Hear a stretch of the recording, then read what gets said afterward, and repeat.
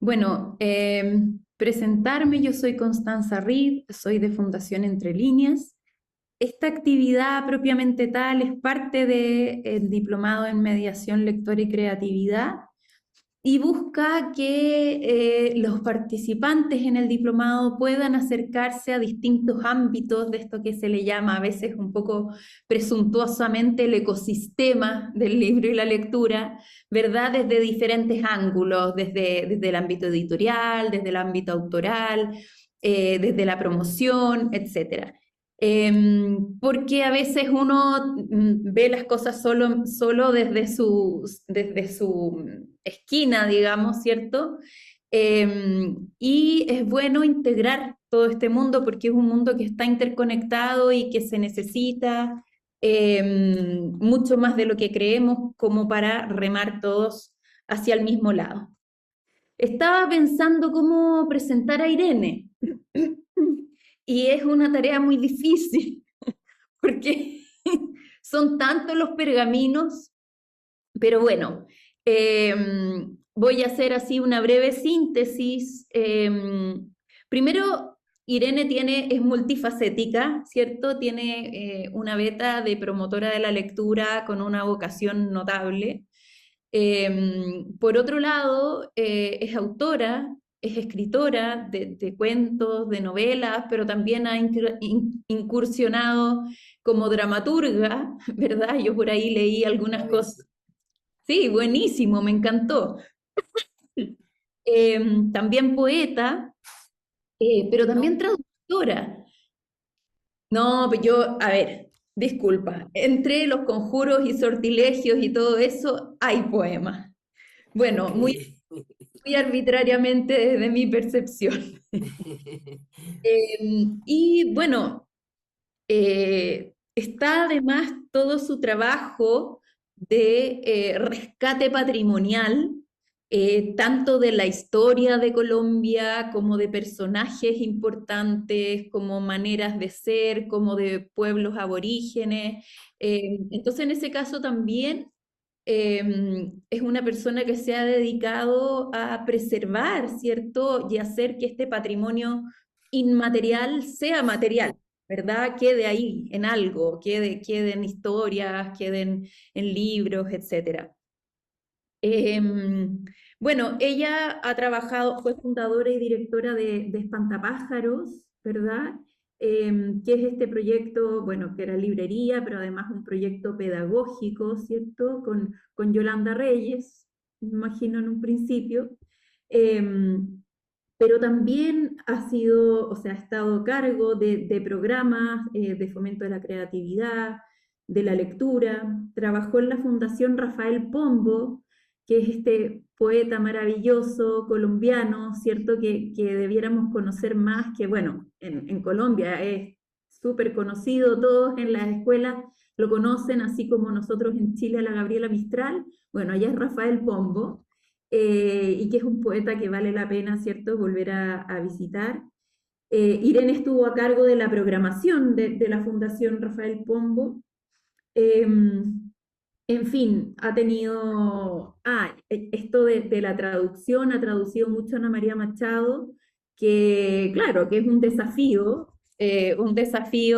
apasionante, pero porque traducir igual es crear de alguna forma, ¿cierto? Ha tenido muchas distinciones y premios distintos, ha vivido en Venezuela, en Estados Unidos. Porque ahora tengo un diploma de licenciada en literatura, pero obtenido hace unos pocos años por homologación, porque realmente no fui a la universidad. Me casé muy jovencita, pero recibí una carga enorme. Es como si hubiera ido a 1000 universidades, porque mi Ajá. mamá era una artista, era brasileña. Y ella sí era música, era cantante y hacía programas de televisión para niños cuando recién nació la televisión en Colombia y nací yo. Entonces, desde muy niña estuve involucrada con escritores, pintores, músicos. Mi casa siempre estaba llena de libros, de creadores. eh, y mi mamá me pedía que le ayudara a escribir cuentos para sus programas. eh, canciones, es decir, la letra de las canciones, no la música, porque soy muy desafinada. Y mi mamá daba libros de regalo en concursos que hacían, las editoriales le mandaban libros que se quedaban en mi casa durante días enteros y yo los podía leer con mucho cuidadito. Entonces fue una enorme carga de una gran riqueza en cuanto a música, literatura, a arte. Bueno, ahí hay algo que es como fundamental en lo que nosotros hacemos, los promotores de la lectura o los mediadores o qué sé yo, que tiene que ver con algo que no se estudia, ¿cierto? Es más bien un oficio que se va adquiriendo con como ensayo-error, con intuición, con mucha intentar que sea, tenga este vínculo muy humano, ¿verdad? Yo siempre digo, uno se desespera y quiere que llegar a 1000 personas con una actividad y yo siempre digo, imposible fomentar la lectura desde el Estadio Nacional, ¿cierto? Es No, como, no es posible. ¿verdad? Eh, No es posible.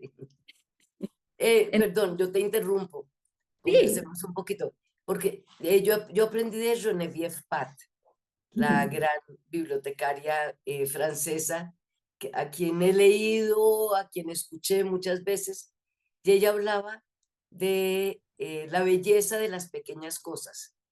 Y a mí me dijo una vez, cuando le comenté de la biblioteca La Alegría, que pues, es una pequeñita biblioteca en un lugar de aquí de Colombia, un sitio rural, me dijo, esa es la belleza de las pequeñas cosas y tú no busques transformar a la humanidad. Con tus 150 o 200 familias tienes más que suficiente. ujú, claro. Eh, y en el fondo también son vínculos y son iniciativas que para que realmente permeen tienen que tener una duración en el tiempo, en el compromiso, y Así eso es, es. Sí, ya son 25 años de biblioteca y yo puedo recoger su historia y puedo ver la transformación, la que yo ujú, intuía cuando comencé y ujú, la que deseaba, pero sin saber realmente para dónde iba. ujú. Tú en este momento vives en Tolú, Ya no. ya Era no. mi pequeño paraíso, a Ajá. donde mi esposo y yo nos fuimos a vivir como hippies viejos, que a la orilla del mar, todos esos sueños románticos. Hicimos una casa hermosa y nos tuvimos que devolver al silencio maravilloso de Bogotá, porque llegaron los turistas con con el ruido más terrible del mundo y nos sacaron del paraíso que se volvió un infierno. Qué tremendo. Sí, Eh, sí, fue tremendo, pero, pero así es. Ahora vivo muy feliz en Bogotá porque es silencioso. Mira, cualquiera diría que no tanto, pero supongo que depende del lugar también. Bueno, es parte de la Fundación Rafael Pombo. Hay un libro tuyo hermoso que me imagino que tienes que haber trabajado, no sé si con la Fundación Botero, pero sobre Botero, que después quiero mostrar un poquito, un libro hermoso. Has escrito sobre historia de Colombia, sobre personajes notables. No, pero bueno, el cancionero escolar, hiciste tú, has estado como, y en las bibliotecas, bueno, en la biblioteca pública piloto, has estado como en bibliotecas escolares también, en bibliotecas comunitarias, o sea, te has movido como en muchos espacios distintos, ¿cierto? Así Eh, es. bueno, a ver, hay como algunas cosas que uno como simple pasante o pedestre ser humano quiere saber de ti, que tienen que ver, por ejemplo, con cuáles fueron a lo mejor las experiencias estéticas que te marcaron de pequeño. Tú nos has contado de tu madre, ¿cierto? De que en tu casa se vivía el arte, pero ¿tienes algún hito o alguna primera lectura que esté por ahí y que sea como entrañable y que tú digas, me marcó la vida? Tengo una muy, muy fuerte. eh, la Televisora Nacional de Colombia, los estudios donde trabajaba mi mamá, eran pegados a la Biblioteca Nacional. Eran dos edificios uno al lado del otro. Y mi mamá me llevaba a la Biblioteca Nacional. Estoy hablando de hace 60 y tantos años, porque yo soy bien vieja. Y, y había una salita de lectura que desapareció, que nadie recuerda. Cuando yo hablo de eso me dicen, no, eso no existe. Se llamaba la salita Rafael Pombo. Y Ajá. para mí es una de las más fuertes imágenes que tengo. Yo ahí sentada, no había más niños casi nunca, eh, leyendo libros de verdad. Ya como a los 8 años yo podía leer sola y no me dejaban llevar los libros a la casa, todavía no existía esa maravillosa regla de las bibliotecas, pero yo iba todos los sábados a leer ahí, yo puedo verme.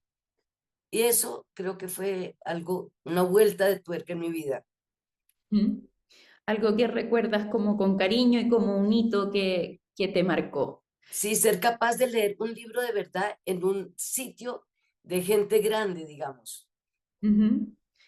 Em, lo otro que te quería preguntar a propósito de esto también, mm, esto de la música, ¿cierto? Con la lectura, con la dramaturgia, tal vez con el cine, con los museos, con, bueno, todo esto, ¿verdad?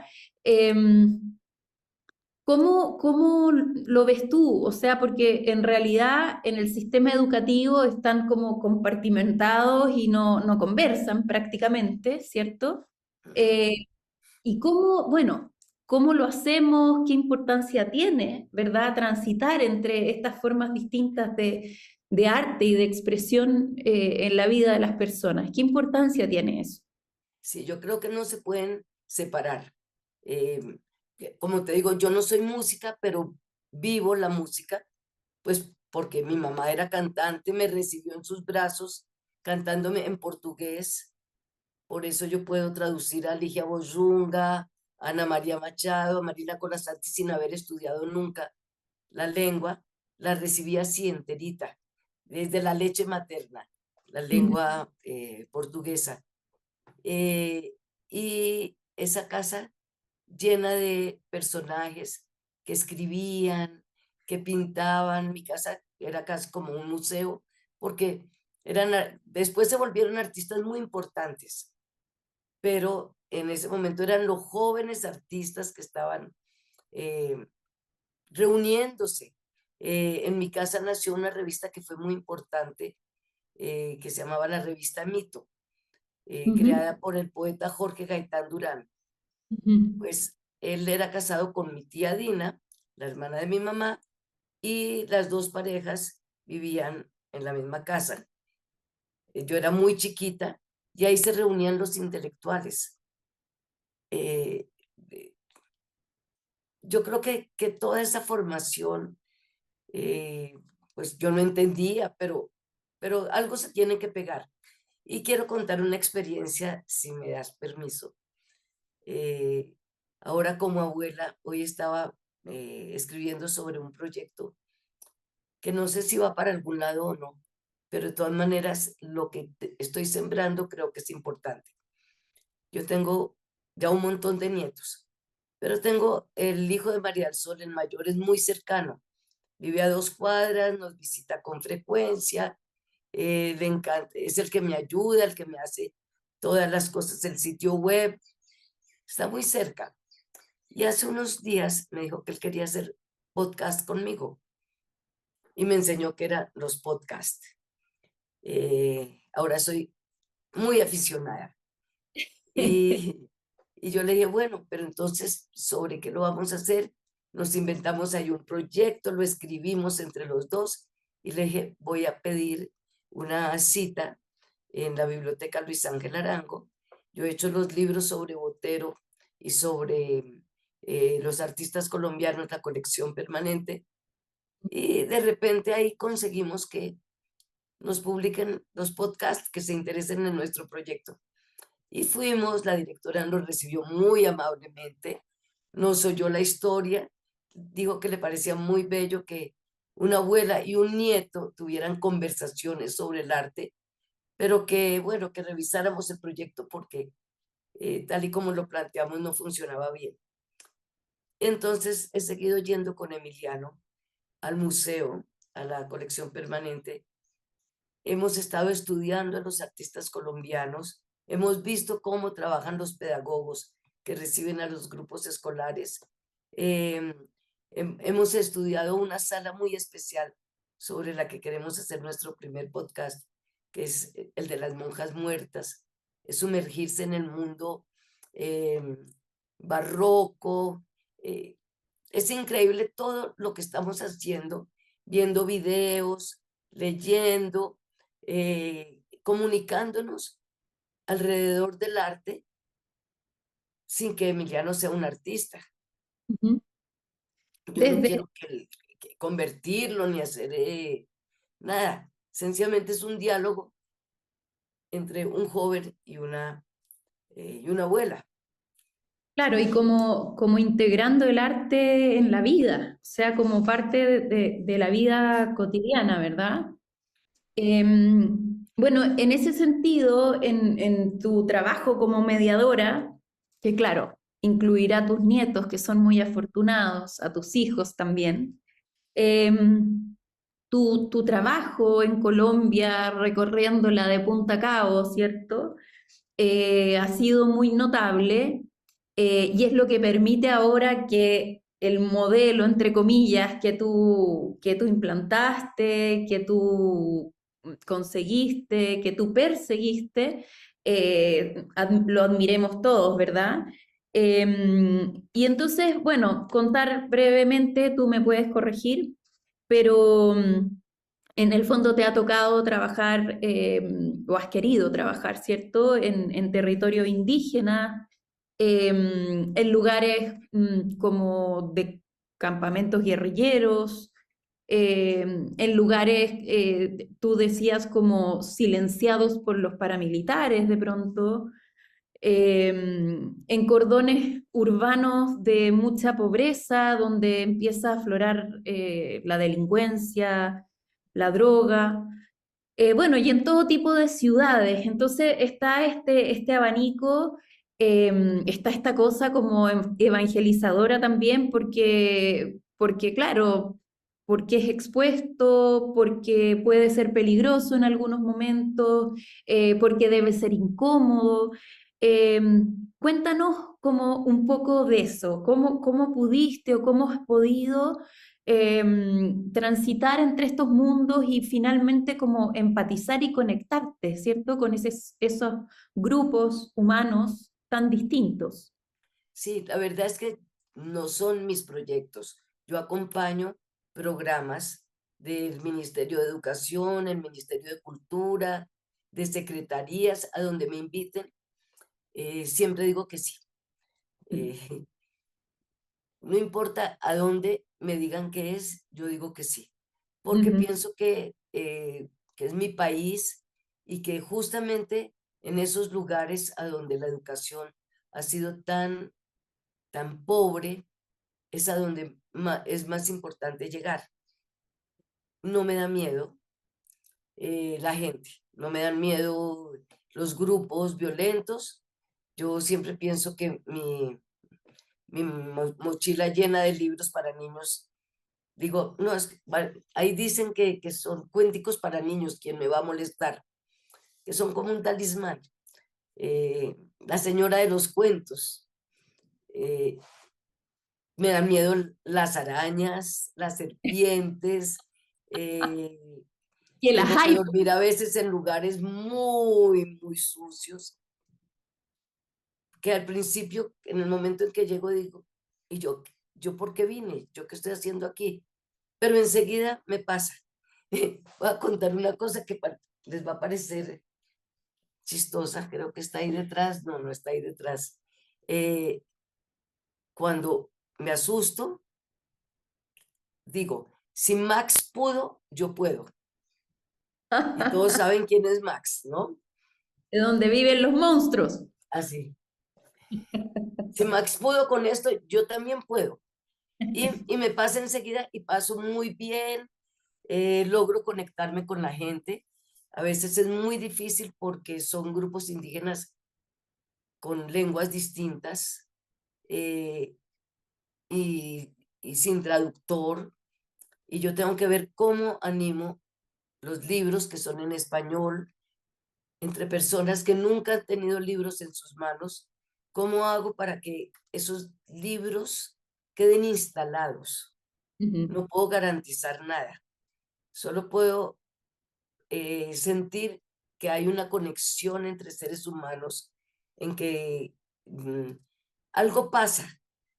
Yo Ujú. creo que por eso siempre me invitan a mí, porque logro conectarme con la gente. Y en ese sentido, ¿qué deuda tenemos, verdad, en Latinoamérica con nuestros pueblos originarios? Claro, porque finalmente para que puedan incluirse en la vida oficial, tienen que muchas veces dejar su lengua, dejar sus costumbres y bueno, y hay algunas iniciativas de, por ejemplo, hacer libros en algunas lenguas de pueblos originarios, pero son muy pocas las iniciativas, ¿cierto? Sí, Eh, son muy pocas y muy limitadas, porque digamos el ministerio se interesa, hace unos libros preciosos, pero en 3 o 4 lenguas o hasta en 10. Aquí tenemos 63 lenguas vivas wow, y wow. eh, es, hasta ahora nadie ha podido hacer eso. Y hacen un libro por cada comunidad. Son libros que tienen una edición limitada, como no son comerciales, y desaparecen rápidamente. Claro, y además que una cosa es la traducción de un libro y otra cosa es generar un libro desde otra cultura. Sí, bueno, esos programas de los que te hablo, eh, no sé si ustedes conocen a Jamie Hernández, espero que sí, que Sí, es una gran bibliotecaria. Cuando ella sí. estaba en el Ministerio de Educación, creó el programa Territorios Narrados y Ujú. ella logró hacer eso. Iban los, digamos, ilustradores y escritores a las comunidades y con la comunidad creaban libros maravillosos, pero Ajá. en unas cuantas lenguas. Pero ella se fue del ministerio y, y ya sabes cómo funciona. Sí, sí. Pero hay otra cosa.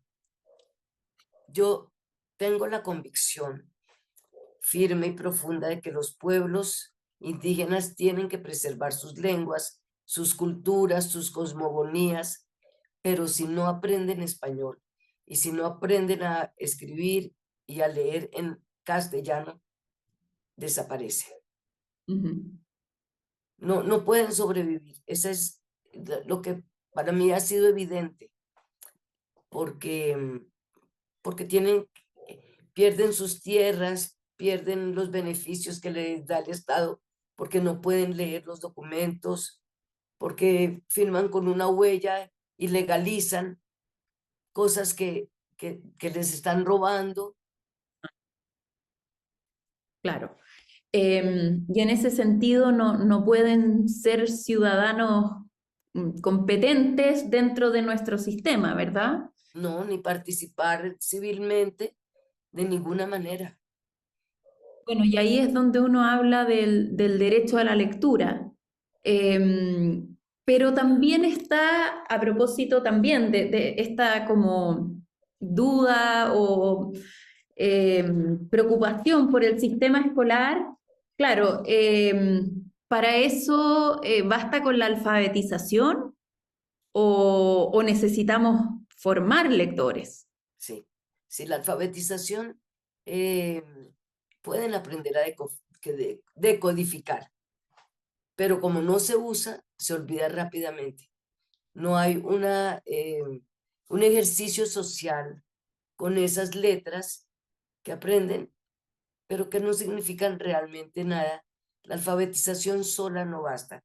Yo pienso que es ese el deseo que, eh, que despertamos cuando leemos los libros que todos ustedes conocen, con los que hacemos formación de lectores, que es lo que los va a ayudar a pasar al otro lado, a querer leer. Si no hay ese deseo, el programa no funciona.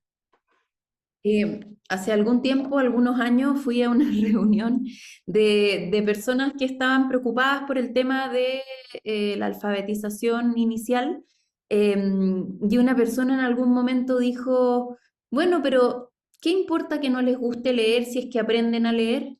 En el fondo refiriéndose a decodificar, o sea, como, ¿verdad?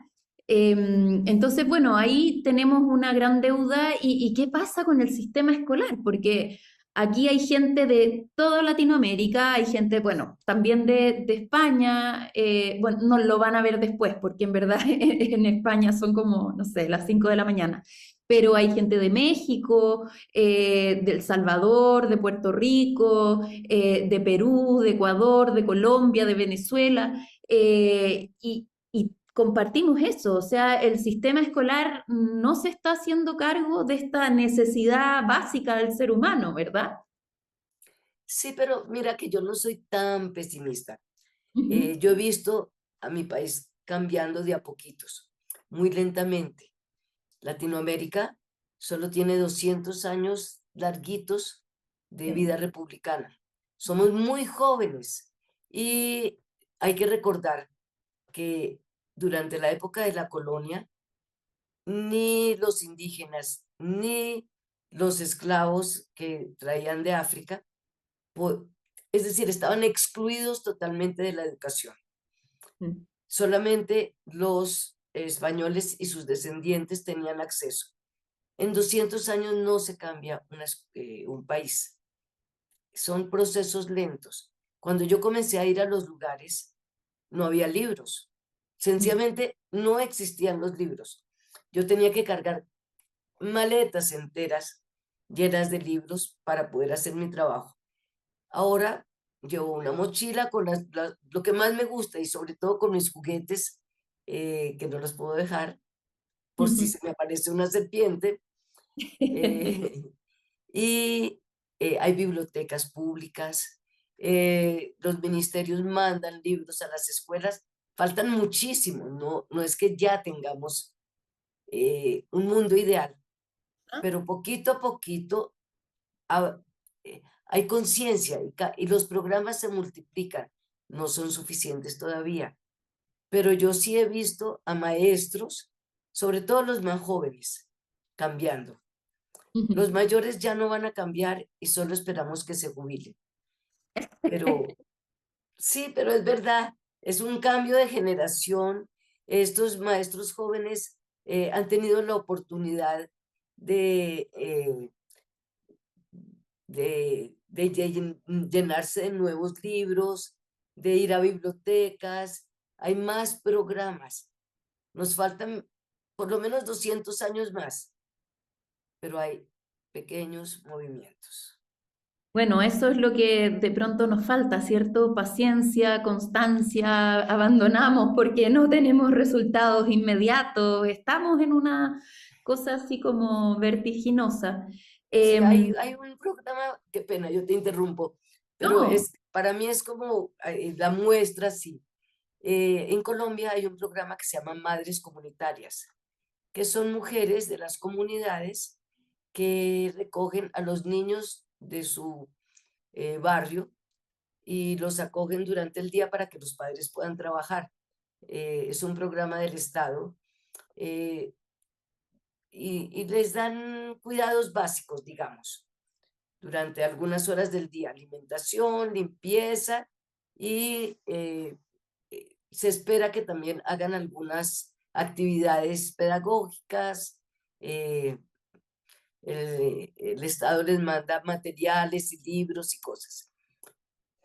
Hace 25 años, cuando yo comencé a trabajar con las madres comunitarias, ninguna sabía leer. Ajá. Eran mujeres muy entregadas a sus niños, pero con una información absolutamente básica. Sabían cómo cambiar al niño, pero no podían leerle un libro. Pero Bienestar Familiar, que es, digamos, el programa, comenzó a ofrecer capacitaciones, a ser más selectivo en las madres comunitarias, a exigirles un poco más. Y ahora, cuando yo voy a cualquier hogar, en cualquier rincón del país, y he ido hasta rincones muy, muy lejanos, todas son bachilleres, todas pueden leer y escribir, muchas van a técnicos, muchas van a universidades. Eso para mí es una transformación. Total. Ahora, yo siento igual de aquí, desde Chile, que Colombia nos lleva mucha ventaja. O sea, yo habiendo ido, por ejemplo, a la fiesta del libro de Medellín, que me quedé absolutamente asombrada porque es realmente una fiesta y una fiesta de la ciudad, de la familia, pero también me tocó desde ahí visitar bibliotecas comunitarias. Sentí que, bueno, obviamente para bien y para mal, o sea, habrán lugares donde no hay eso, pero se veía muchas iniciativas, algo muy vivo. Acá en Chile no tenemos algo parecido, como la fiesta del libro. Entonces, bueno, por eso y por muchas cosas más, digamos, lo que ha hecho Fundalectura, uno siente que Colombia, por alguna otra razón, nos lleva mucha ventaja y yo creo que muchos amigos que están acá, no sé, de Ecuador, por ejemplo, eh, y de otros países, de Perú, que dicen lo mismo, o sea, nos falta tanto. Hay algunos países en Latinoamérica que no tienen sistema de bibliotecas públicas. Eso me sorprende. Yo pensé que el sistema de bibliotecas públicas estaba ya muy instalado en toda América. No, Y yo no puedo hablar sobre eso porque realmente no conozco. Yo solo puedo hablar de Colombia, de la sí. red de bibliotecas públicas, que no es que todas sean buenas bibliotecas, falta muchísimo, pero la Biblioteca Nacional puede decir que en cada municipio de Colombia hay una biblioteca pública. Eso Bueno, también es una transformación. total. Irene, mira, hay un amigo tuyo que te quiere saludar aquí. Fernando No, no, no, no, sí, también Fernando, está Lucía, está Fernando, aquí tienen grandes conocidos. y Eh, Katy, pero te lo voy a propósito de tu labor de mediadora, y después a lo mejor nos vamos a ir a esta otra área que es la de la escritura y de cómo das voz a la infancia y a otras comunidades, etcétera. Entonces, les voy a compartir pantalla, a ver si te sorprendo con este amigo. Ah, espera, espera, espera. Luis, Tengo que ver, espérame, tengo que ver si es que compartí si es que compartí el sonido. Espérate un Luis poquito. Andrés, eso sí es muy emocionante. Yo sabía. Es mi gran amigo de la vida, mi editor. Ahora ya vamos a hacer un tercer libro. Ya, ahora sí, ahora sí. Bueno, para los que no sepan, Luis es como Espera. el gestor o el de Editorial Juventud, ¿verdad? Participa en IBI, IBI Internacional, digamos, ha estado a cargo de OEPLI también, participa en la asociación Álbum, bueno, está como en todas, ¿o no? Yo creo que es uno de los... eh, y bueno, te quiere mucho, Irene, así que aquí va. Y yo a él. Muy estimada Irene, me encantaría estar contigo ahora. Solo puedo estar virtualmente y me gustaría aprovechar para hacerte dos preguntas que son dos inquietudes mías. La primera es saber qué libro de tu biblioteca La Alegría es el que más veces has recomendado y te sigue gustando más.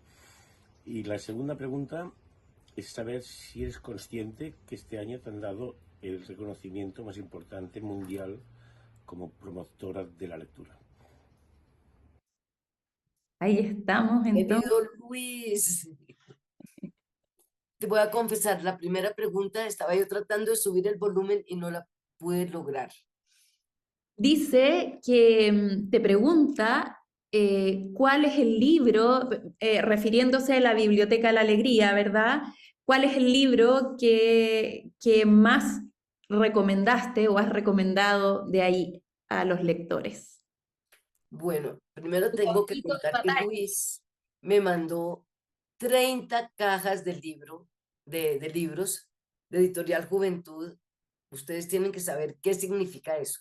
Me mandó Sí, la colección completa hace algunos años. Nada más con esa colección ya es una gran biblioteca, ¿o no? totalmente, ¿no? Y libros maravillosos. Son libros increíbles que yo voy a la Biblioteca de la Alegría y me los quiero traer a mi casa. No, no me los traigo, por supuesto. Pero hay una historia muy bonita eh, y yo pienso que Luis estaba pensando en ese libro. Tomás aprende a leer. Em, es de un hombre mayor. No sé si conocen ese libro ustedes. No, No, bueno, se los recomiendo. Yo sí lo conozco. Ah, Sí, bueno, Bernardita, excelente. qué bueno. Y también vi que Fernando decía que sí. Un hombre muy mayor que un día decide ir a la escuela y todos se burlan de él y eso, pero él está empeñado y va a la escuela y poquito a poquito aprende a leer, pero también enseña. Enseña a silbar, enseña a tallar, enseña a hacer, bueno, es decir, hay eh, eh, un intercambio de conocimientos. mm, Y él va a su casa y su esposa lo ve tan contento porque sabe leer y eso. Es que tengo que recordar bien cómo es el cuento y a mí se me olvidan todos.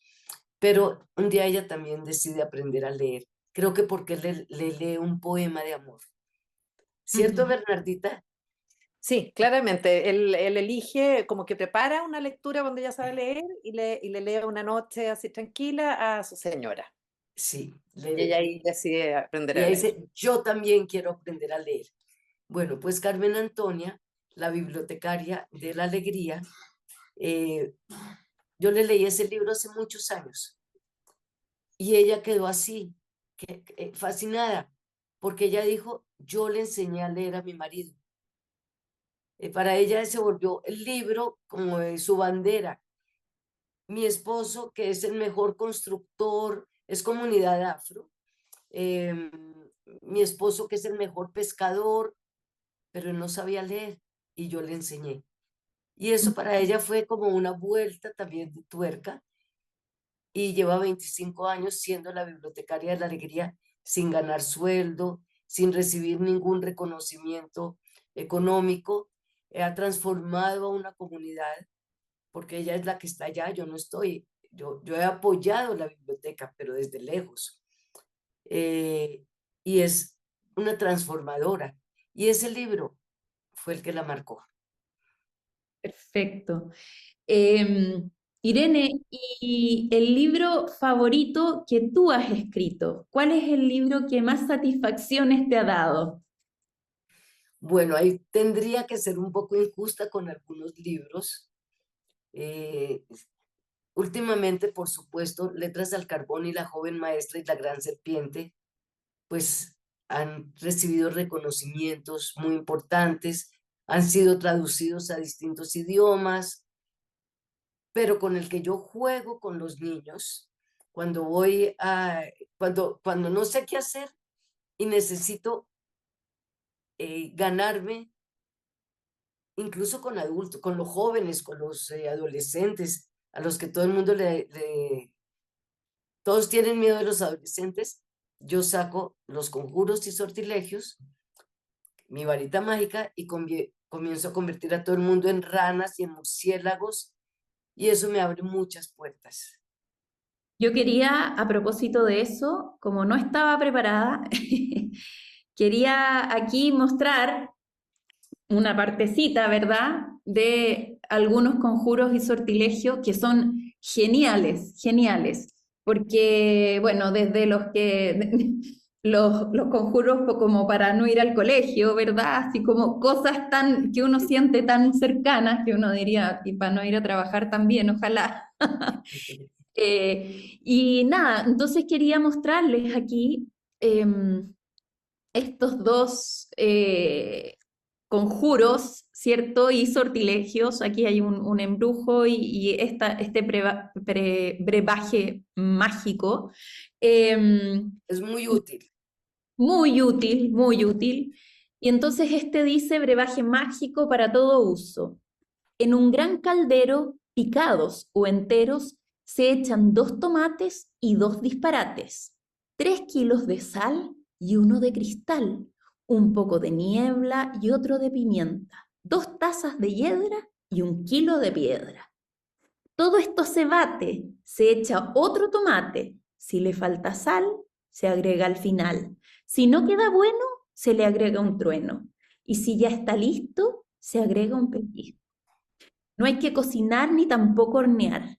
En cualquier lugar o necesidad se toma una gota y el resto se bota. Eres una Entonces, gran bruja. claro, una de las cosas que a uno, que yo lo encuentro precioso, no puedes decir que no eres poeta con esto. Por un lado está esto y por otro lado, embrujo muy antiguo para dormir a los niños, donde está el arrurrú mi niño, arrurrú mi sol, ¿verdad? O sea, hay mezclas como, claro, de tradiciones que los niños o los adultos deben conocer con estas otras cosas que las brujas te han soplado a ti. Y Sí, ahí es el único que funciona.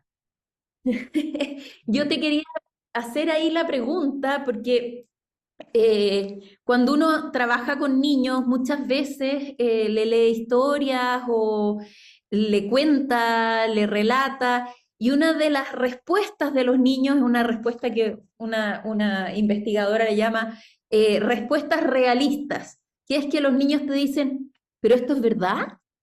¿Pero esto pasó? Entonces, que es como, y esa cosa de estar como en la línea, en la delgada línea de creer o no creer. ¿Qué pasa cuando te preguntan eso? ¿Qué pasa cuando te dicen eso? Bueno, yo les digo, miren, yo creo que eso funciona. Si lo hacen con mucho cuidado, tienen que hacer cada conjuro siguiendo la receta al pie de la letra. Si dice que 1 kilo de piedra, no pueden echar 2 kilos o un poquito de piedra. Si lo hacen bien, funciona. Pero como nadie lo hace bien, No, es que hay unos que son imposibles, hay que pararse como arriba ah, de medias. bueno, claro, con el alfiler acostado, ¿no? Yo pensé que era parado, no lo Ah, especifiqué. no. La ilustradora de la siguiente edición lo hizo así y no, porque se chuzan. Después me meten a la cárcel por, hola, ya llegó la hija de Fernando.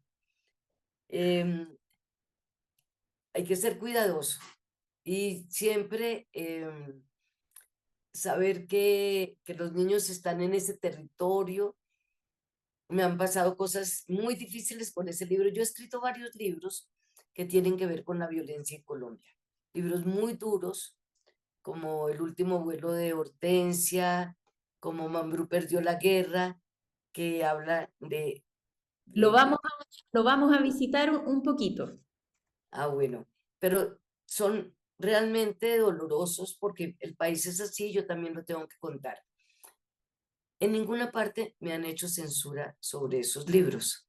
En cambio, con mucha frecuencia, cuando llego a un colegio o a un sitio, me dicen, oye, por favor, no vayas a sacar conjuros y sortilegios ni tu varita mágica, porque es que ya los padres de familia dijeron que eso era demoníaco y que iban a sacar a los niños del colegio. Por favor, no vayas a usar eso. Y yo que Eh, tengo mi colección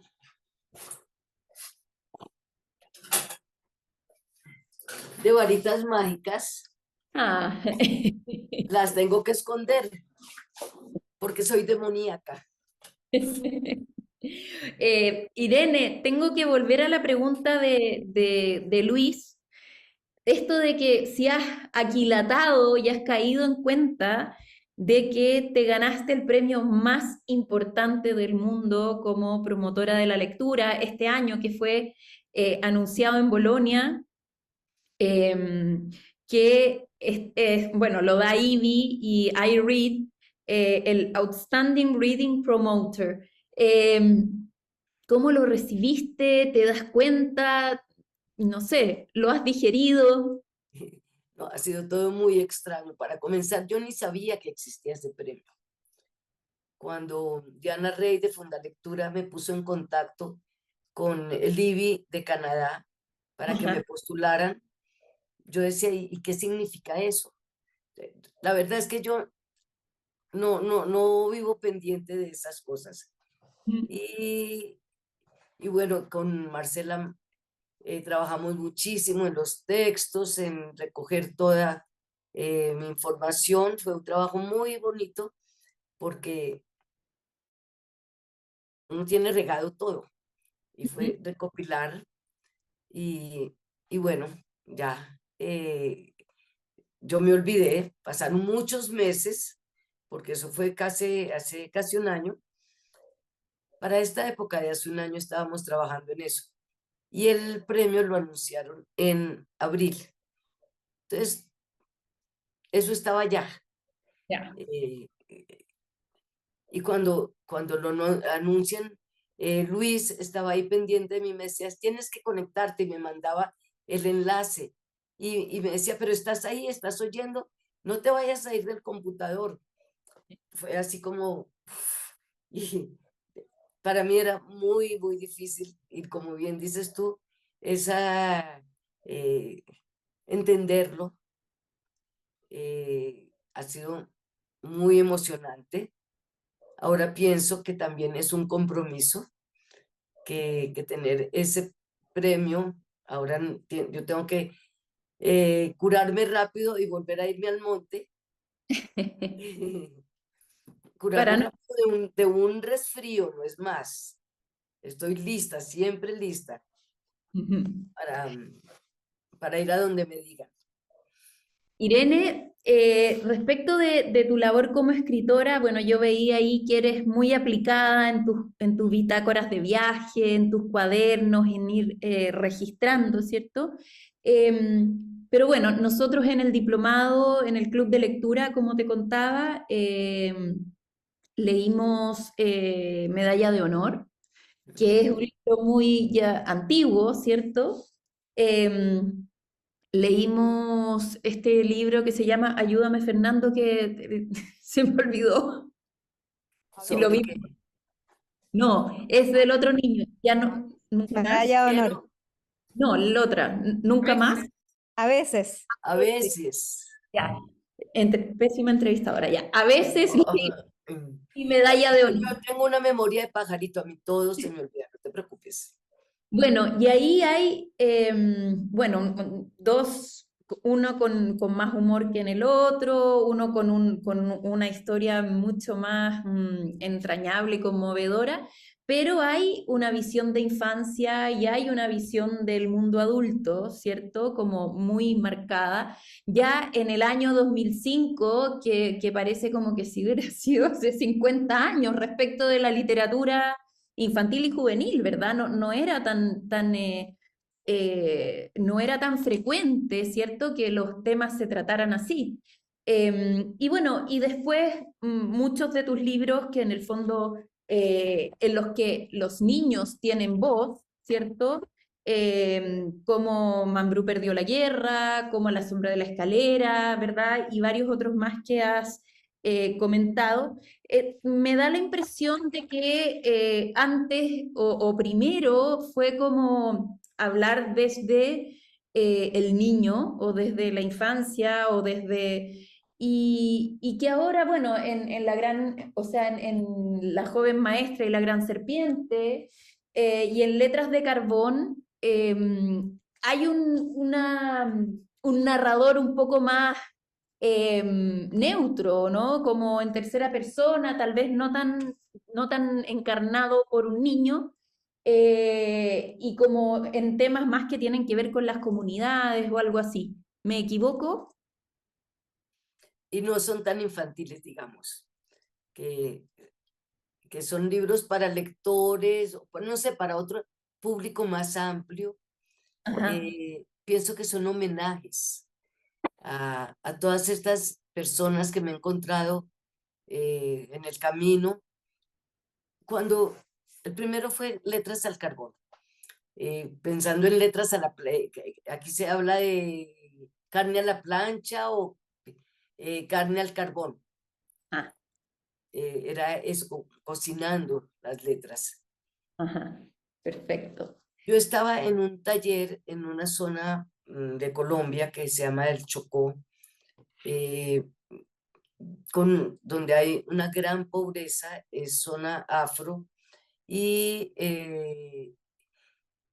yo sabía que las madres de las madres comunitarias que estaban presentes no sabían leer, que esta era la primera generación eh, de estas familias que sabía leer, y a mí me causaba mucha intriga saber cómo habían aprendido.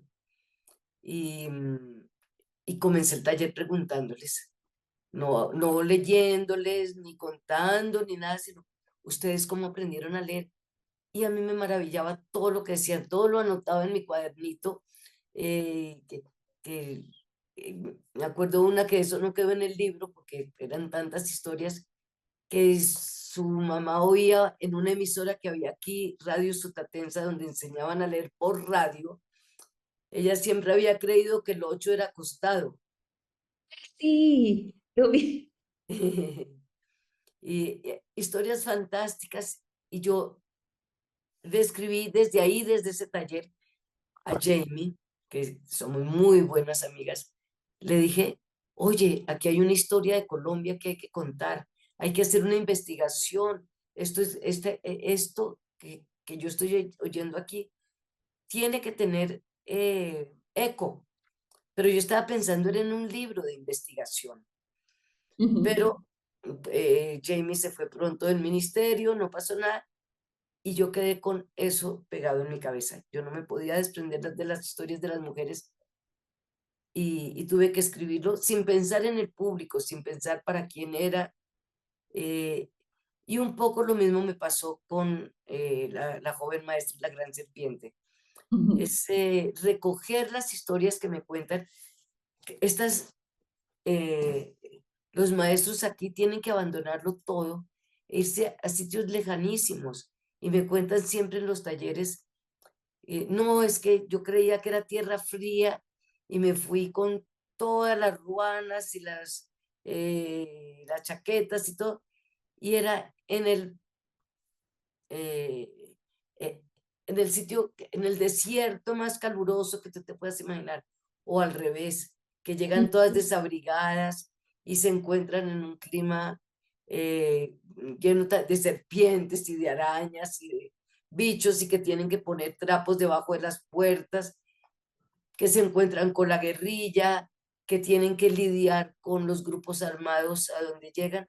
Son realmente muy valientes. ujú. Y también quise hacer un homenaje. Y ahora vamos a hacer un tercer libro en homenaje a los bibliotecarios también, en la Bonito. editorial Juventud. Bueno, La joven maestra y la gran serpiente estaba de finalista en un concurso que no sé si se ha definido todavía. Vamos a ver, sí, tú no estás muy enterada ni muy pendiente, ¿verdad? De este ámbito de los... te quería comentar que me llama la Disculpe. atención. Sí, que me llama la atención y me gusta mucho esta como vocación que tienes tú como por mostrar la historia B o desde otro lado, esta cosa como de que los fantasmas y los ogros y las brujas no son malos, sino que bueno, y que tienen su personalidad y que qué sé yo, los lobos, etcétera, pero también eso por un lado, ¿cierto? La historia B, la historia como del que siempre se ha mostrado como el malo, el que perjudica, etcétera, pero por otra parte, la historia de los que no han podido aparecer en la historia oficial, ¿cierto? Que son los niños, la infancia, y bueno, y muchos pueblos y comunidades que han quedado al margen. Y en ese sentido, A mí el libro Mambrú perdió la guerra, para mí es un libro sublime, maravilloso, me encanta. Y hace como 2 semanas lo leyó mi hijo, que tiene 11 años, y se trastornó y me dijo, mamá, yo quiero leer más libros como estos, es que mamá me encantó. Y él está ahora leyendo manga, o sea, esto era como como un Y tú, paréntesis en su vida como lector. Entonces, yo quería leer un pedacito.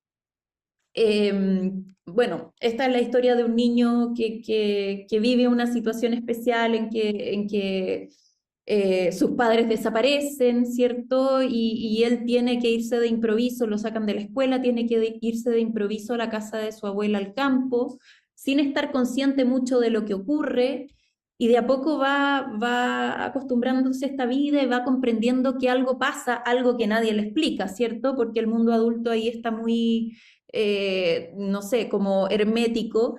Y bueno, y él se hace amigo, realmente amigo del perro que está ahí en la finca de su abuela, que se llama Mambrú. Y él dice, aquí si de amigos se trata, tengo a Mambrú y con él y me basta. A Mambrú no le importa si estoy despeinado, si no me lave los dientes o si tengo la ropa arrugada. Solo le importa estar cerca de mí, acompañarme al pueblo, pasear por las lomas vecinas mientras mi abuela prepara la comida. Vamos juntos a chapotear en la quebrada, compartimos los dulces y duerme a mis pies. Bueno, ahí hago un paréntesis que en el fondo tiene que ver con la vida que él tiene, ¿cierto? Con Mambrú, con su abuela en este lugar, ¿cierto? En este pequeño pueblo donde vive.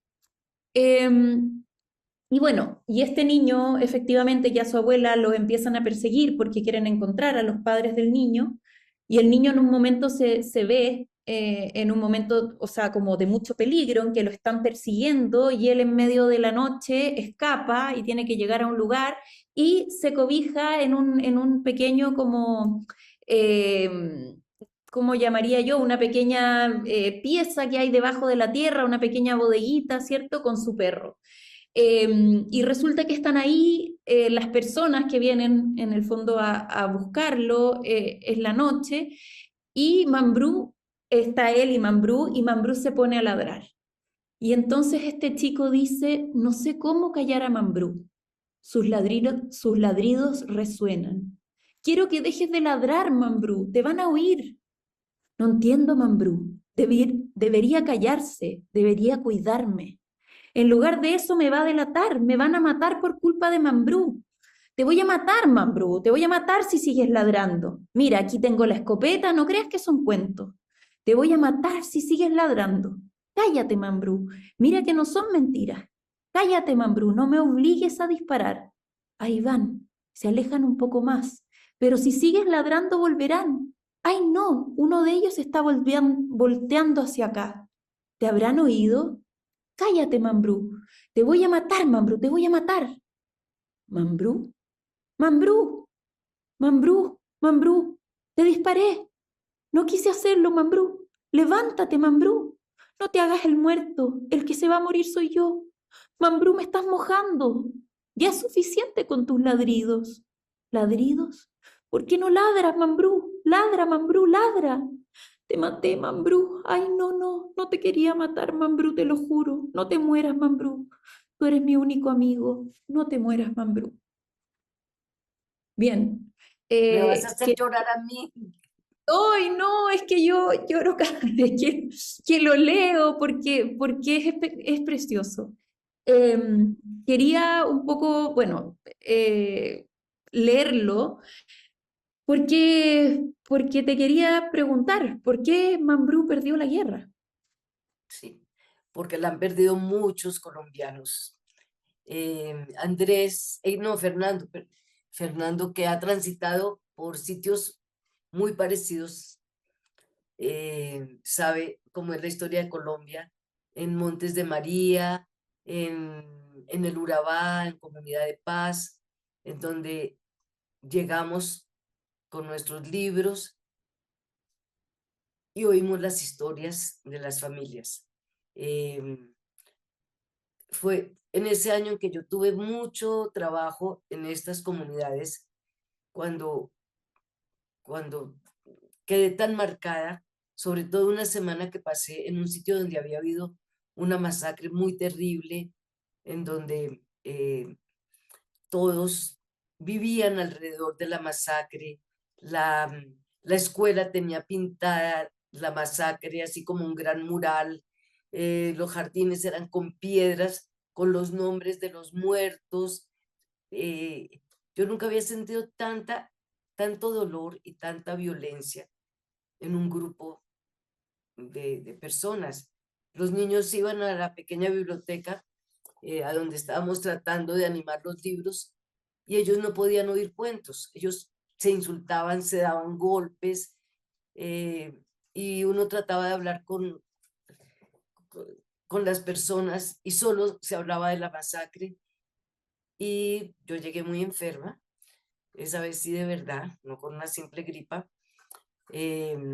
Todos los que fuimos llegamos enfermos, duramos como un mes, pero es que estábamos marcados, estábamos deshechos, y la historia comenzó yo, para liberarme tengo que escribir, era eso.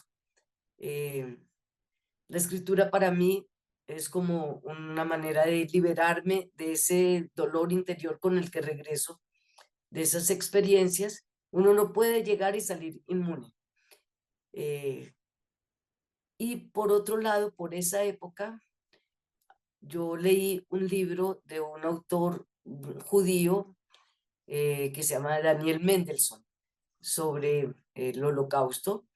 Su búsqueda se llama 6.000 millones de desaparecidos. No, 6.000 millones no. Yo no sé los números, un montón de desaparecidos. Y yo soy de familia judía, mi mamá era judía. Ese libro me descompuso mucho, y en particular una escena en donde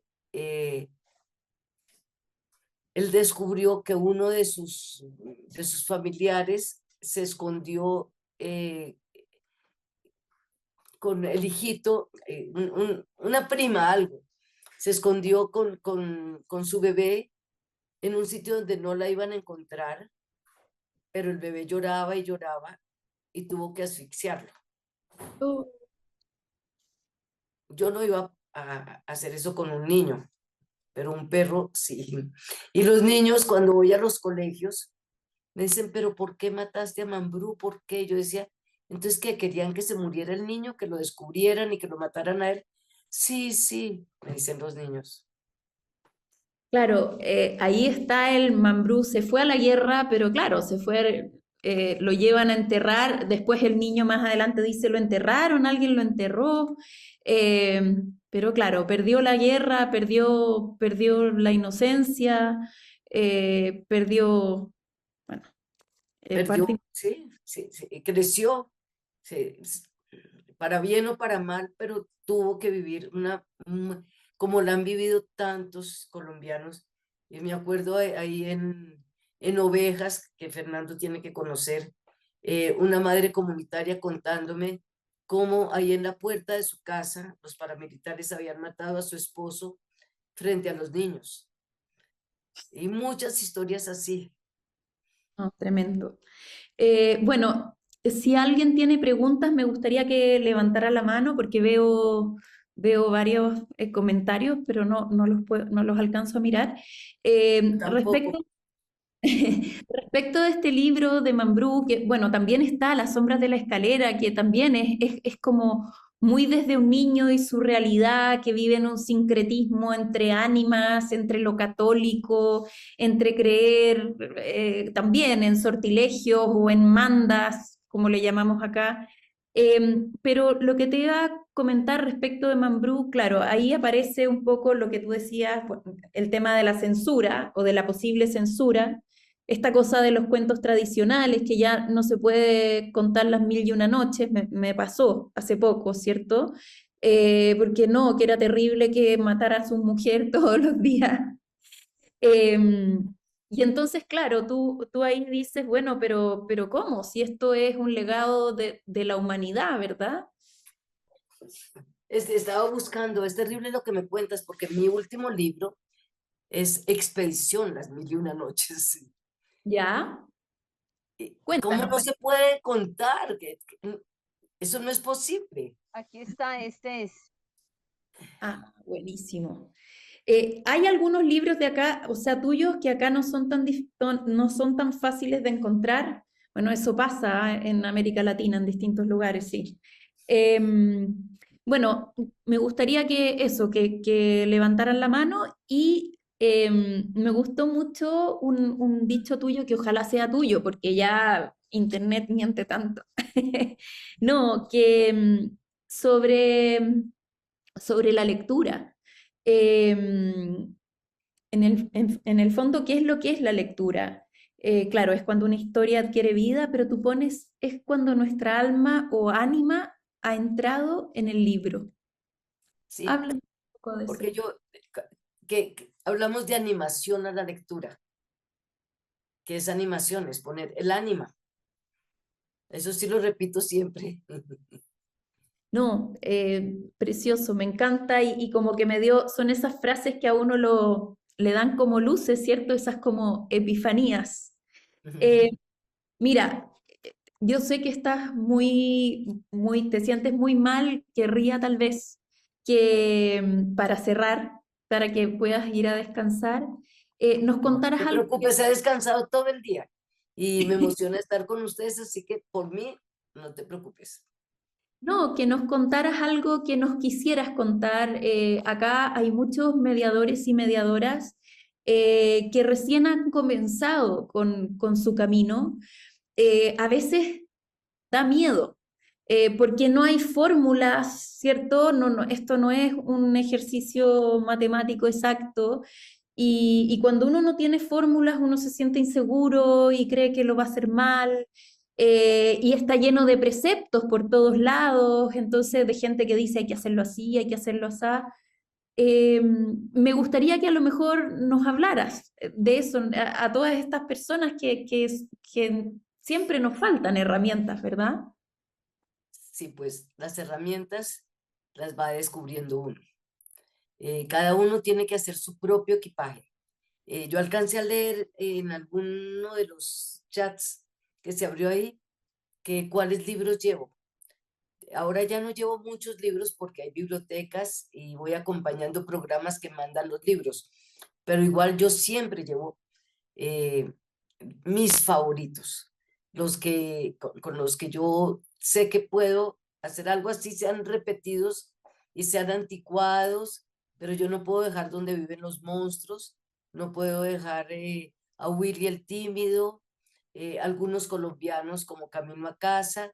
Tengo mi pequeña selección, eh, pero a veces no me sirven para nada, ni los que llevo en mi morral, ni los que tengo que animar, porque sencillamente no tengo interlocutores que estén listos para que un libro sea abierto. No se preocupen. eh,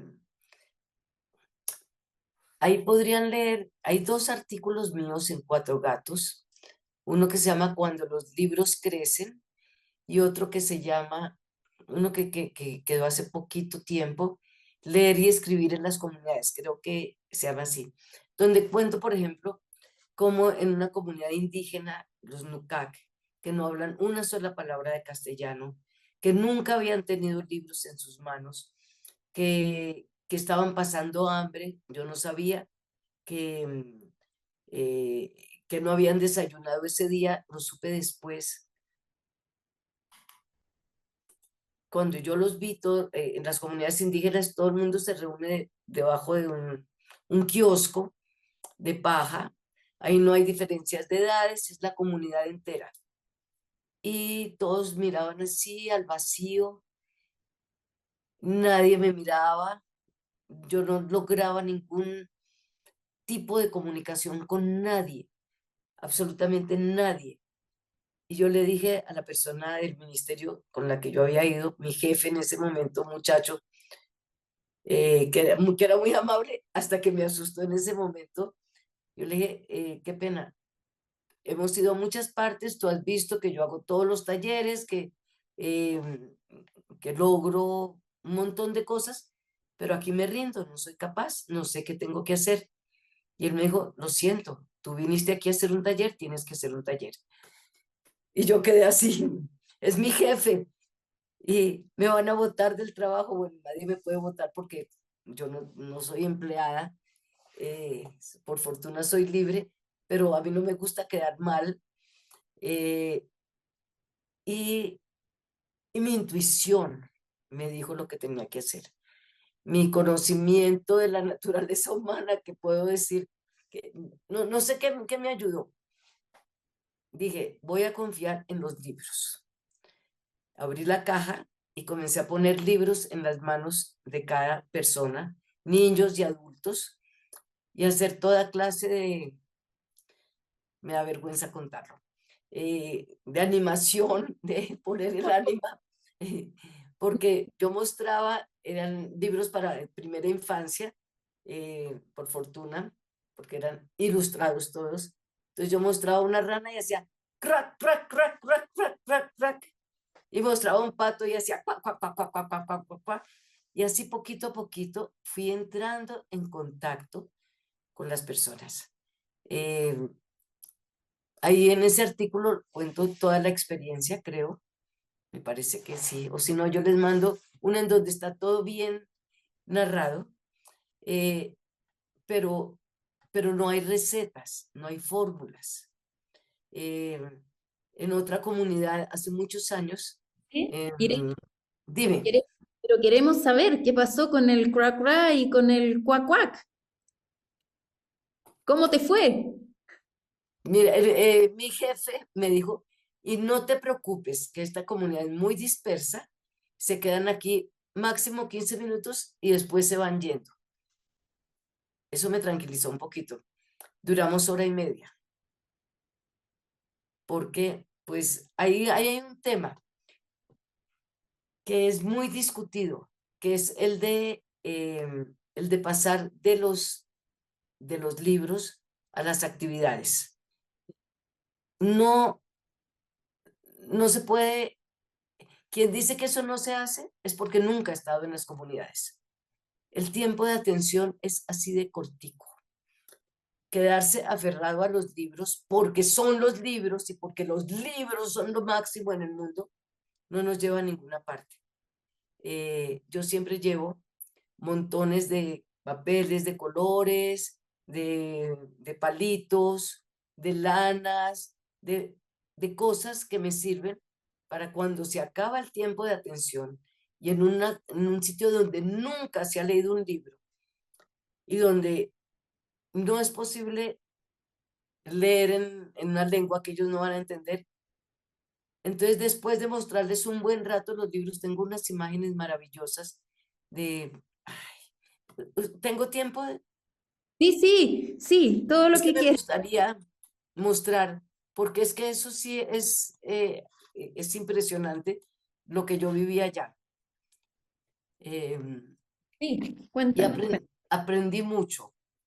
Em, Ahora me voy a poner nerviosa y no lo voy a encontrar. No te pongas nerviosa, mientras tanto yo Pero puedo buscar, yo puedo decir algo mientras que Irene busca su artículo. Sí, por claro, favor. Hola Irene, ¿cómo estás? Hola, Lucía, qué emoción verte. Bueno, yo les quiero contar que mientras que Irene busca su artículo, todo lo que está diciendo me devolvió 30 años atrás, cuando yo entré a Espantapájaros. Es más, no había entrado a Espantapájaros. Irene fue la que me tomó de la mano y me llevó a la lectura, y por ella busqué el puesto en Espantapájaros.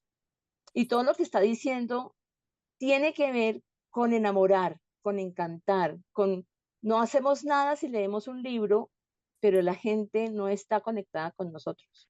Y esa es la magia que tiene ella, que utiliza un montón de estrategias que ella misma ha creado, que ella misma desarrolla. Yo me acuerdo que en esa época ella llevaba siempre un baulito lleno de juguetes, lleno de juguetes y de cositas y de varitas mágicas, que todavía lo debe tener. Y a partir de eso, digamos que yo creé mi propio arsenal. Pero bueno, ya llegó Irene y eso también me parece que es lindo que lo vean para que vean cómo cada quien construye a partir de la experiencia su propia maleta de herramientas. Ahí estamos viendo. Sí, es que estoy buscando la imagen que a mí, son todas fotos de mi cámara. Ahí estoy Ajá. yo yendo a los sitios a donde hay culebras y todo eso, pero valiente.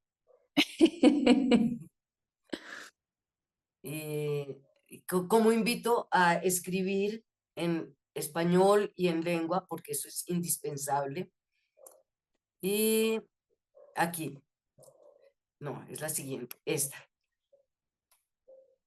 ¿Ven la imagen de los dos niñitos, cierto?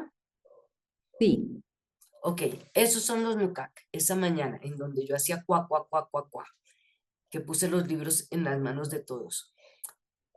Esos dos niñitos estaban desnudos, no habían desayunado y nunca habían tenido libros en sus manos.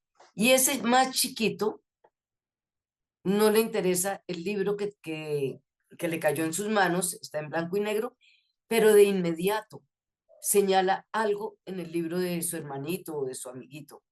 Veo un ratón ahí. Yo digo, ¿eso es leer o no es leer? por supuesto que sí. Ese niño de inmediatamente supo leer que ahí había algo que él reconocía en unas manchas de tinta, porque para él un libro es un montón de manchas de tinta. Luego, miren, ahí yo estoy tratando de que me pongan atención y yo propongo las actividades plásticas. Estas son fotos ya de muchos sitios distintos, porque yo pienso que hay una relectura, que de alguna manera están escribiendo. Es una manera de entrar a un código y que no es de letras, sino de otra manera, y se establece un diálogo muy particular. Por ejemplo, en el de esa niñita que me está entregando algo en sus manos, eso es en La Guajira. Entre los guayú es muy importante la reciprocidad, es básica. Si yo si te provoco un dolor, yo tengo que recibir un dolor. Pero si te doy algo bueno, tengo que recibir algo bueno. Y cuando me están haciendo esos regalitos y me dieron montones, significaba que ellos se sentían a gusto con lo que yo estaba haciendo con ellos, con los cuentos que les leía, porque ahí sí pude leer y escribir y hacer un montón de cosas, y que ellos están siendo recíprocos. Bueno, y con los Nukak, la de la izquierda, ¿ven el collar que tiene la señora ahí puesto? Sí, Ok, ese es su monito, porque ellos eran nómadas, cazadores de micos, vivían en la selva, la perdieron y ahora tienen que vivir en ese campamento que el Estado les otorgó y viven en unas condiciones, se están extinguiendo. Entonces, yo cogí una varita mágica y comencé a decir palabras mágicas, eh, simsalabim, maracutín, jugando con las palabras. Es un idioma inventado, no era ni la lengua nucac ni el castellano. Y los más chiquitos comenzaron a repetir palabras y yo saqué mis materiales, envolví ahí uno y les mostré, medio les mostré, y toda la comunidad, grandes, pequeños, todos, estoy tratando de ver si ahí aparecen, eh, no sé, eh, hicieron varitas mágicas durante un buen rato, diciendo palabras, jugando con las palabras. Para mí eso era como que hacer un coro, ya había una comunicación, un diálogo. Los mayores se involucraron, es muy importante cuando las autoridades de las comunidades se involucran, porque están diciendo, sí, está bien, ustedes, comunidad, pueden participar porque esto lo acepto. Cuando me pasa eso, yo digo, lo logré. Pero lo que más me gustó fue en la otra comunidad que se llama Jiu, muy cerquita de los Mucac. Esto fue la víspera. Ahí eran mucho más animados. Ellos sí habían desayunado. Y había un maestro, un etnoeducador, que me ayudaba me ayudaba un poco. Y yo me fui después de hacer un taller y de jugar y de cantar con ellos. Leí varias veces Chumba la Cachumbala, el libro de Caré, que ese es uno de mis caballitos de batalla. Ese me ayuda a montones, porque es libro, pero es juego, es comunicación, es montones de cosas. Y el libro, ahí está. Y me fui a, no sé, por ahí, y cuando volví, el etnoeducador estaba haciendo lo mismo que yo, leyéndole el libro a los niños. Pero encima de todo, una niñita como de 12 años, la de la otra foto, dijo, yo también quiero leer. Y se convirtió en la animadora de los libros. Eso para mí son grandes, enormes éxitos en medio de, de lo que no sé qué hacer. Ujú. Por eso no se preocupen, nadie tiene fórmulas, hay que confiar en la intuición, en los libros y en las personas. Y nada Bien. más. Bueno, yo No, puedo seguir mostrándoles y contándoles historias. no, qué alivio lo que dices, porque claro, finalmente es como ensayo-error, no puede fallar, ¿cierto? Con la voluntad, con el deseo.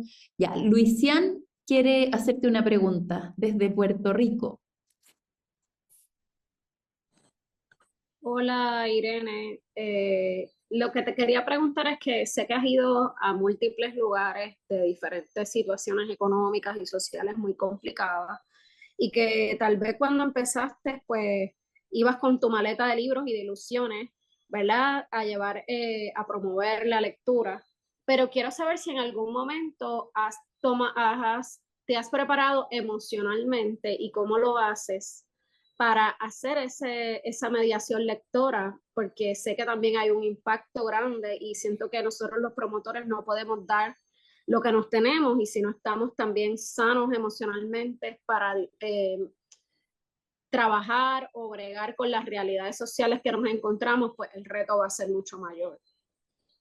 Sí, Luisian, gracias por la pregunta.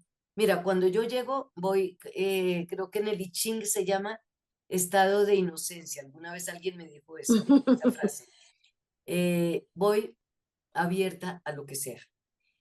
Por el camino me voy encontrando con desafíos y con personas extraordinarias, situaciones muy divertidas, pero también otras muy dolorosas. Y es al regreso cuando todo eso se remueve por dentro. Mi manera de sanar es escribiendo. Y hace muchos años participé en un programa de, de lectura en los hospitales, de lectura en las salas pediátricas, que se llamaba Palabras que Acompañan. Y escribimos unas cartillas con mi hija María del Sol, íbamos a los hospitales, leíamos a los niños sobre todo en las salas oncológicas y eso dolía mucho. Y en la sala de quemados, niños quemados, es muy doloroso. Y nos daban talleres para ayudarnos con esa experiencia y para mí fue así como la frase que no se me olvidó nunca: cada niño tiene su tiempo. Ustedes entran, entablan un diálogo, leen los cuentos, bueno, se crea una relación, salen y se cierra la puerta y se acabó. Cada niño tiene su tiempo. Y eso lo aprendí, porque a veces yo volvía muy descorazonada, muy afectada, y uno no puede permitirse eso, porque pues entonces no sigue trabajando. No sé si Gracias. eso te contesta, Lucian. Y yo antes no le agradecía a Lucía todas las cosas tan bonitas que dijo, porque estaba nerviosa buscando el... Me lo contesta y traigo la pregunta porque entiendo que cada vez estamos mediando lectura en espacios, momentos de mayores crisis sociales y entonces todos venimos, ¿verdad? Con una cajita de herramientas, pero también hay que reconocer que somos humanos y muchas veces siempre pienso que un mediador no es por el conocimiento que tenga sobre la literatura o sobre la lectoescritura y la formación de lectoescritores, sino por esa capacidad de abrirse en el proceso con la persona que está leyendo. Y entonces eso conlleva mucho del proceso de manejo de emociones y de la calidad humana para que se dé ese contacto, pero sabemos que también uno se afecta en el proceso. Así que agradezco tu respuesta, Irene, y te admiro inmensamente. Mil gracias, Lucian. Mucha suerte en tu trabajo. Gracias. Vas a Eh, transformar. Gracias. Irene, bueno, ya somos, bueno, contarte que somos más de 80 personas, no se ha ido nadie. Quiere hablar Lucía y María Cristina y después de eso cerramos. Perdón por el abuso, pero ha estado demasiado nutritivo y entretenido. Para mí ha sido... ahora ya me siento bien. Se me perdió la gripa. Lucía, Irene, pues leímos esos libros de a veces y de medalla de honor, y con medalla de honor especialmente tuvimos un montón de preguntas, fue una conversación muy bonita porque todas participaron, todas tenían una idea. em, ¿Te congelaste? sí, se fue Lucía. Lucía, descongélate. Vamos con María Cristina mientras tanto y cuando vuelva Lucía retomamos. Listo. Buenas noches. Primero Hola. quería agradecer la oportunidad de Entre Líneas y su calidez al responder nuestras preguntas. Mi duda era sobre las historias que recopiló para hacer letras al carbón, si hay alguna, con todo eso de la radio que fue sorprendente, si hay alguna que le emocionó especialmente, le emocionara especialmente. Pues yo creo que la que me ayudó a darle el giro a la historia. Una maestra contó cómo tuvo que aprender a leer porque a la hermana le escribían cartas de amor y ella tenía que saber qué decían. La curiosidad la mataba, era una chismosa. Y por un lado, yo estaba contando las cosas de las letras, cómo vivían en las casas y eso, pero pues tenía que ser un cuento y un cuento necesita un giro. Y, y eso me ayudó muchísimo. Es que el amor es así. ¿Ella aprendió con el almacenero también? La niña, no, no sé, no tengo ni idea, eso ya me lo inventé yo. Muchas gracias. No, a ti, bueno, ahora gracias, sí María llegué, Cristina. qué pena que me congelé, pero es que el computador la línea me está molestando mucho. Pero Irene, queríamos saber, porque teníamos preguntas frente a quién era ese niño, quién era esa mamá, si ese niño finalmente había entendido qué significaba la medalla y por qué le habían dado esa medalla, pero más que todo es, ¿cómo nace esa historia? ¿De dónde nace esa historia? Porque yo conozco al personaje. Digamos, al niño que nombran ahí, yo lo conozco, pues tú eres espantapájaros y yo no fui profesora de él, pero yo lo conocí. Claro. Entonces, me encantaría que nos contaras esa historia porque uno siempre se hace una cantidad de imaginarios maravillosos, pero cuando conoce la historia y conoce la historia por la escritora, ay, es maravilloso. Bueno, Martín Galán Rivas tiene el nombre y los apellidos reales y el libro está dedicado a él y a su mamá María, que también es nuestra amiga María Rivas. Ya Martín tiene 20 y tantos años, es músico de todo, pero es que María nos contó a María del Sol y a mí, siempre estaba hablando de sus hijos y nos contó esa anécdota y a mí me pareció buenísima. Además me encantó convertir a María en esa mamá que todo el día estaba diciendo, y lávate los dientes, y dónde está el saco, y apúrate que te va a dejar el bus, y el saco, bueno, todo lo que hacemos todas las mamás cotidianamente, pues digo yo, todas, porque yo lo hacía, entonces yo me imagino que todas las demás lo hacen. Espero que el mundo haya cambiado un poquito, pero creo que no tanto, que seguimos dando las mismas órdenes a los niños. Y sí, es tu Martín de Espantapájaros y María que creyó que su hijito se había robado la medalla. Pero esa historia, tú no te imaginas todo lo que sacamos de esa historia, todo lo que aprendimos, todo ¿De lo verdad? que, claro, es increíble, pero hicimos una cantidad de análisis alrededor de esa historia y eso es lo que pasa generalmente con los escritores, porque como Me los habría encantado estar para saber. no escriben, ellos no escriben para que uno aprenda cosas, sino ellos escriben lo que les nace, lo que surge, y es uno el que finalmente aprende un montón porque evoca cosas, porque se relaciona con la historia, porque hacemos grupos de lectura como los que hicimos ese día, y cada cual tiene una mirada distinta. Y por eso me parecía genial que Irene nos pusiera sobre tierra y nos dijera, no fue tan poético, ni tan psicológico, ni tan pensado, pero Fue nosotros sí pensamos copiado, desde nuestro, literalmente copiado. ¿ve? Oye, Irene, Lucía, estoy leyendo el chat y bueno, aparte de gente que dice sigamos y completemos las 2 horas, por ejemplo, Pamela, a propósito del club de lectura que tuvimos aquí en el diplomado, dice todo lo que lloré con ese cuento, dice. Noemí dice, esa lectura fue catártica. La de medalla de honor. Medalla de honor. Hay otro que dice, un niño artista es un poco más difícil que encaje en un sistema convencional de educación.